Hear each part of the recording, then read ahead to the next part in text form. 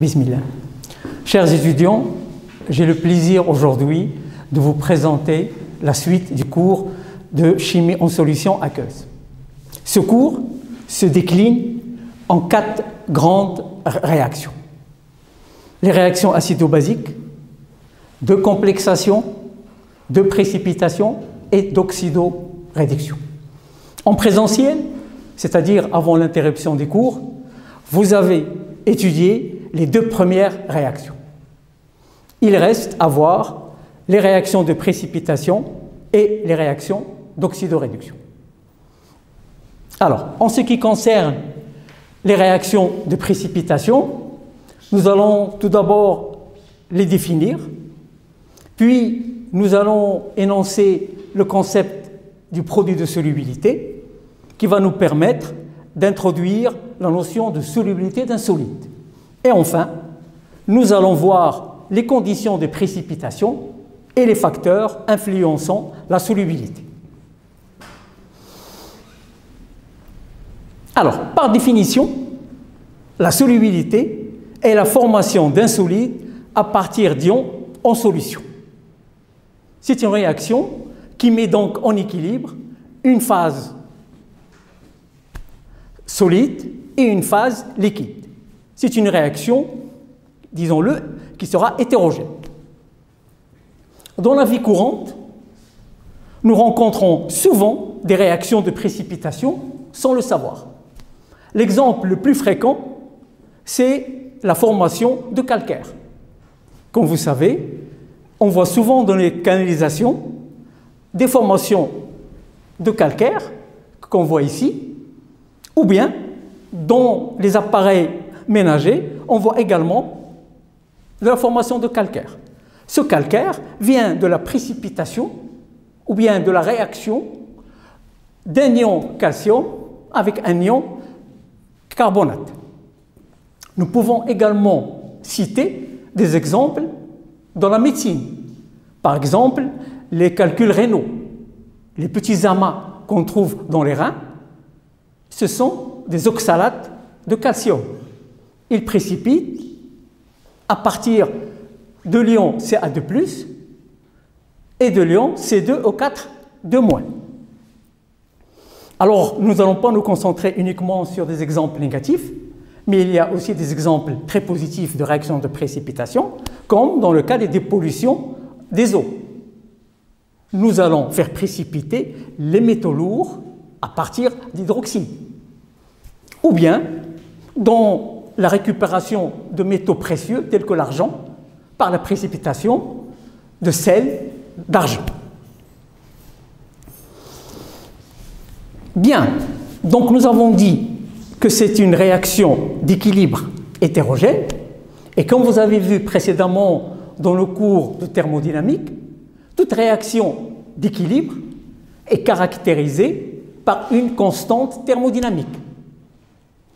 Dans le cas des réactions acido-basiques, vous avez vu les réactions acido-basiques caractérisées par une constante d'acidité Ka ou bien une constante de basidité Kb. Dans le cadre de la précipitation, cette constante est appelée produit de solubilité. Alors, comment est calculé ce produit de solubilité qui est généralement noté Ks? Alors, soit le cas général, nous allons prendre le cas général d'un sel AMBr qui se dissocie pour donner MAr- plus R BMN+. Alors, le Ks répond, comme les constantes d'acidité et de basicité, à la loi d'action et de masse. Donc, Ks sera égal au produit sur les réactifs. Ici, le réactif étant un solide, sa concentration tend vers 1. Donc, nous trouvons ainsi Ks est égal au produit des 2 ions en solution, bien sûr, en tenant compte des coefficients stöchiométriques pour chaque ion.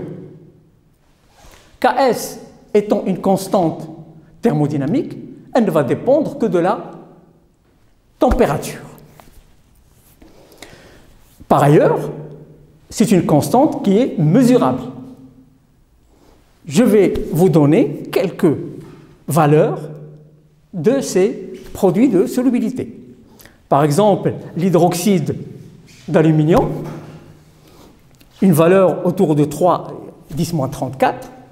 Le carbonate de sodium, une valeur autour de 10-12.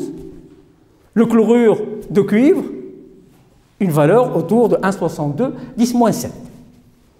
Alors je voudrais bien préciser, avant de continuer, que ces valeurs sont données dans des conditions bien précises. C'est à une température de 25 degrés C, 298 degrés Kelvin, à la pression atmosphérique. Et bien sûr, nous travaillons en solution aqueuse, donc ces mesures ont été faites dans l'eau. C'est un petit peu les conditions de notre cours cette année en S2. Alors lorsqu'on regarde de plus près ces valeurs des produits de solubilité, qu'est-ce qu'on remarque? On remarque que ces valeurs sont très faibles. 10-34 pour l'hydroxyde d'aluminium, pour le chlorure de cuivre 10-7, etc. Donc si ces valeurs sont très faibles, la concentration des ions en solution sera également très faible. Donc c'est ça ce qui change entre un sel peu soluble et un sel très soluble. Un sel peu soluble, c'est ce qu'on est en train d'étudier, la concentration des ions en solution sera très faible, généralement inférieure à 10-4 mol par litre. Alors, ces concentrations étant très faibles, il est intéressant de déterminer la concentration minimale ou bien la concentration maximale. La concentration maximale qui passe en solution dans 1 litre de solution. Cette concentration maximale est appelée solubilité d'un solide. Donc, je rappelle, la solubilité d'un solide, c'est la quantité maximale que l'on peut dissoudre dans 1 litre de solution. Elle est exprimée en mol litre moins 1, mais on peut quelquefois la trouver exprimée en grammes litre moins 1. Alors, calculons cette solubilité d'un sel quelconque AB. Alors, AB,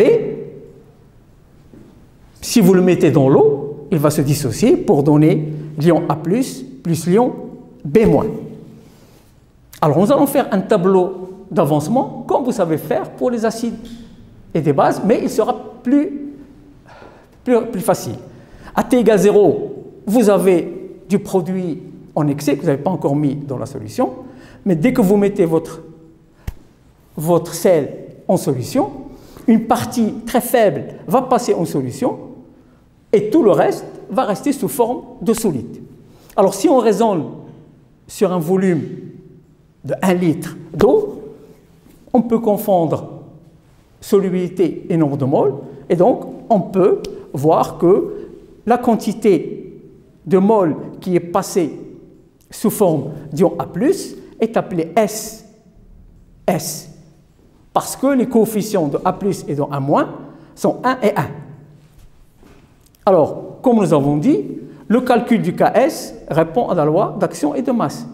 C'est le produit de A+ fois B-, ce qui nous donne S fois S, qui est égal à S carré, d'où on peut tirer S, qui est égal à racine de KS, le KS étant la constante de solubilité qui est donnée. Peut-être ce cas semble un petit peu non lié à la réalité. Prenons un cas avec un sel réel. Par exemple, le sulfate d'argent, qui a une constante ou bien un produit de solubilité de 2,05, 10-12. Quand on met le sulfate d'argent dans l'eau, il va se dissocier pour donner 2Ag+, plus SO4 de moins. Donc là, on remarque que, contrairement au cas précédent, nous avons des coefficients stéchiométriques différents de 1. Donc, lorsqu'on va établir le tableau d'avancement, on va en tenir compte. Si on suppose que S est la solubilité du sel Ag2SO4, c'est-à-dire la concentration maximale qui puisse passer en solution, nous aurons à l'équilibre 2S en ion Ag+, et S en ion SO4 de moins. En appliquant la relation du produit de solubilité Ks, qui est égal à Hg plus au carré, le carré nous renvoie au coefficient stéchiométrique 2 fois SO4 de moins. La concentration de Hg plus étant 2S, donc on aura 2S au carré, fois S, la concentration de l'ion sulfate. Par conséquent, Ks sera égal à 4S cube, d'où on peut tirer la solubilité S qui est égale à racine cubique de Ks sur 4. Alors si on prend Ks égale 2,5 10-12, on trouve une solubilité de 8 10-5 mol par litre moins 1. Alors là, un chimiste doit toujours, quand il voit un résultat, s'arrêter pour le confronter avec les normes de la réaction. Nous avons dit au début que nous sommes en présence de sels peu solubles qui ont des constantes très faibles, donc la solubilité doit être très faible. C'est ce qu'on trouve, une solubilité de 8-5 mol par litre moins 1, qui est une solubilité très, très faible. Bien, alors maintenant, nous allons changer de raisonnement. Nous avons raisonné à partir d'un solide qui se dissocie en solution. Si on inverse plutôt le raisonnement et qu'on parte de deux ions qu'on va mélanger. Si on part d'une solution qui contient, on revient au cas général, l'ion Ar-, à laquelle on va ajouter progressivement Bn+.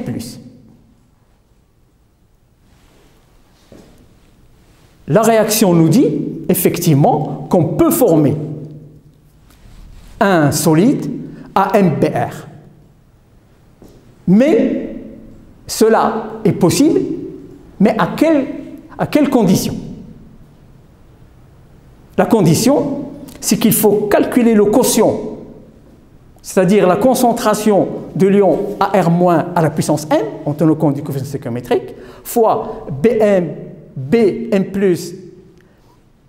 exposant R en tenant compte du coefficient stéchiométrique, elle doit être supérieure ou égale à Ks.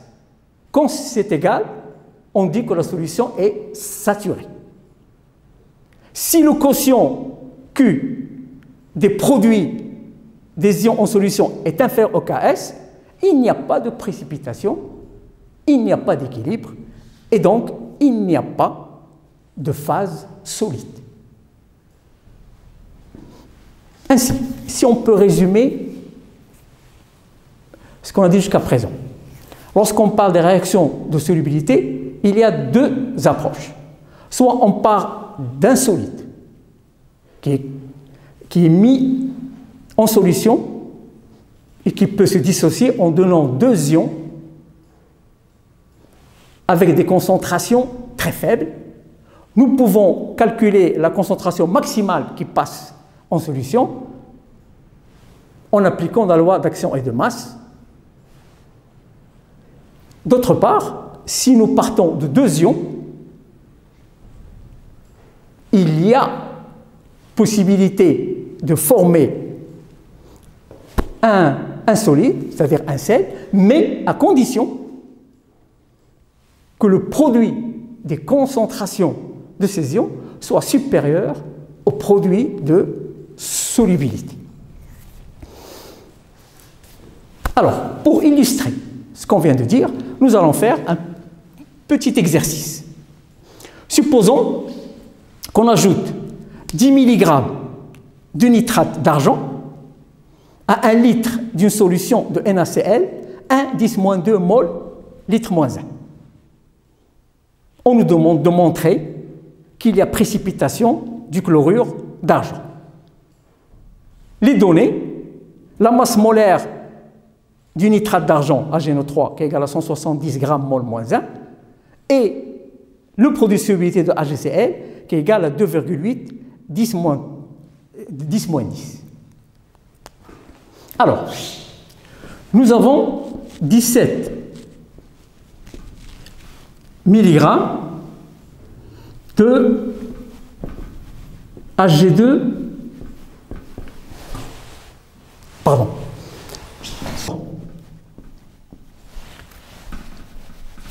17 mg de HgNO3 plus du NaCl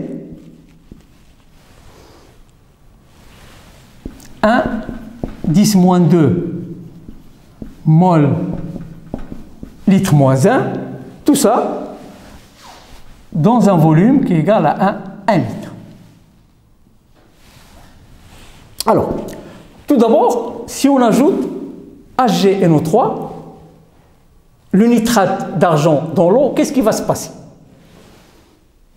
Au niveau de S2, vous n'avez pas assez d'expérience pour déterminer est-ce qu'il s'agit d'un acide peu soluble, d'un sel peu soluble ou d'un sel très soluble.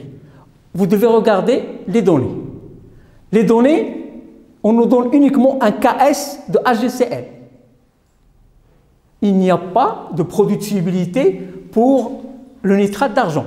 Donc, votre nitrate d'argent va se dissocier totalement pour donner Hg plus NO3-.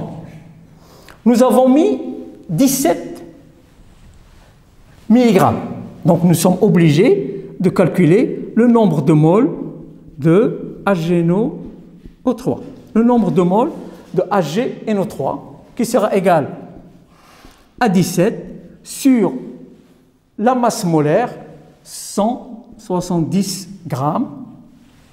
Alors 17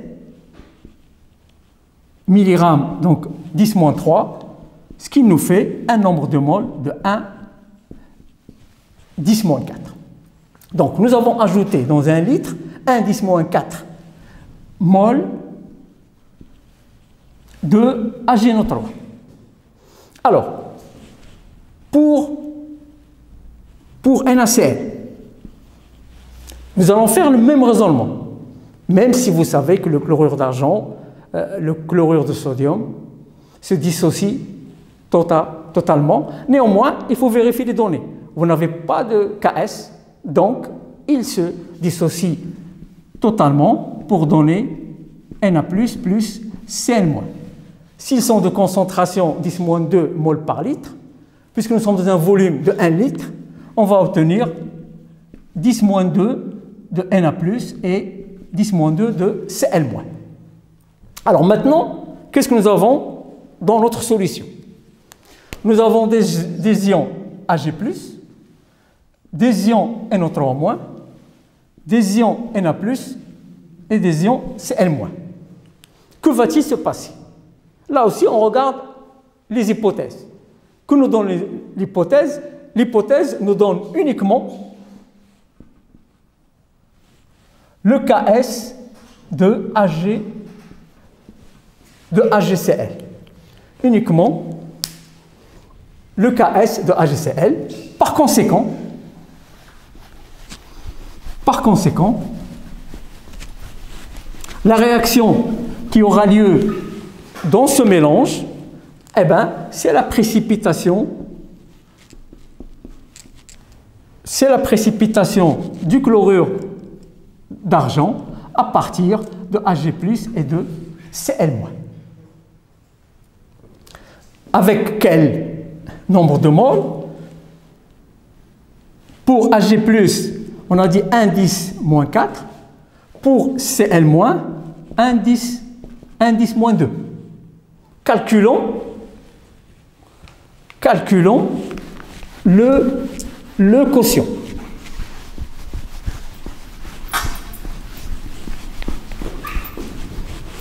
À quoi est égal le quotient? Le quotient est égal à la concentration de Hg+ fois la concentration de Cl-. Puisque nous sommes dans un volume de 1 litre, nombre de moles est égal à la concentration. Donc, on aura pour Hg+, indice moins 4, et pour Cl-, indice moins 2. Ce qui nous fait un quotient R qui est égal à 1 indice moins 6. Qu'est-ce qu'on va faire? Nous allons comparer ce quotient avec le produit de solubilité qui est donné, de Ks HCl. Alors, à quoi est égal le Ks de HCl? Il est égal à 2,8 10-10. C'est une donnée expérimentale qui vous était remise. Donc, en conclusion, qu'est-ce qu'on va dire? Que QR, qui est égal à 1 10-6, est supérieur à Ks, qui est égal à 2,8 10-10. Donc, Ks est supérieur, QR supérieur à Ks. Par conséquent,